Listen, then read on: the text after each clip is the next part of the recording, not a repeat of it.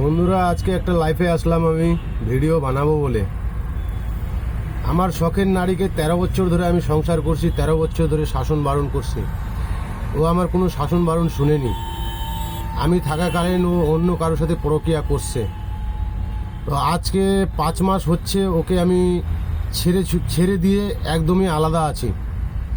এখন চিন্তা করছি, ওকে ছেড়ে দেওয়ার পরে ও যদি সুখে থাকতে পারে, আমি কেন সুখে থাকতে পারবো না?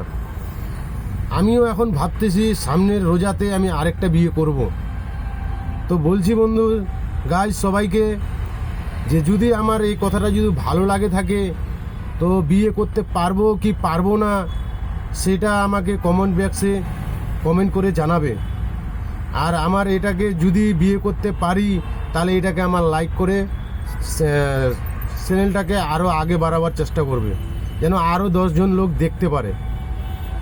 কারণ তার পিছনে আমার আরও 3টা মেয়ে আছে, তো যার জন্যই চিন্তা করছি বিয়ে করলে আমার কীরকম হবে, যার জন্য তোমাদের কাছ থেকে আমি শুনতে চাচ্ছি। আমাকে কমেন্ট করে সবাই বলবা বিয়েটা করলে আমার ভালো হবে না খারাপ হবে। সবার কাছে আমি শুনতে চাই। যদি আমি সবার মুখে হাঁ শুনতে পারি তাহলে এই সামনের রোজার মাসে আমি বিয়ে করব।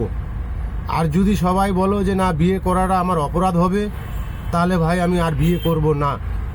আমি সবার কাছে একটু রিকোয়েস্ট করে অনুরোধ করে বলছি, আমাকে কমেন্ট করে সবাই জানাবে যে আমার সিদ্ধান্তটা ভালো হবে কি খারাপ হবে।